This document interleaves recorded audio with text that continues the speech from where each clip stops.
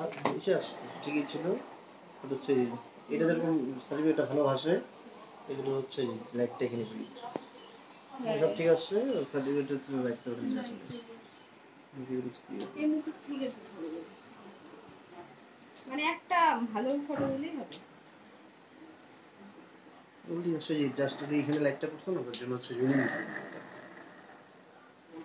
লাস্টের যে ছবিটা রয়েছে যে সার্টিফিকেটটা এটা ভালো আসে, ওখানে লাইট করা হবে না।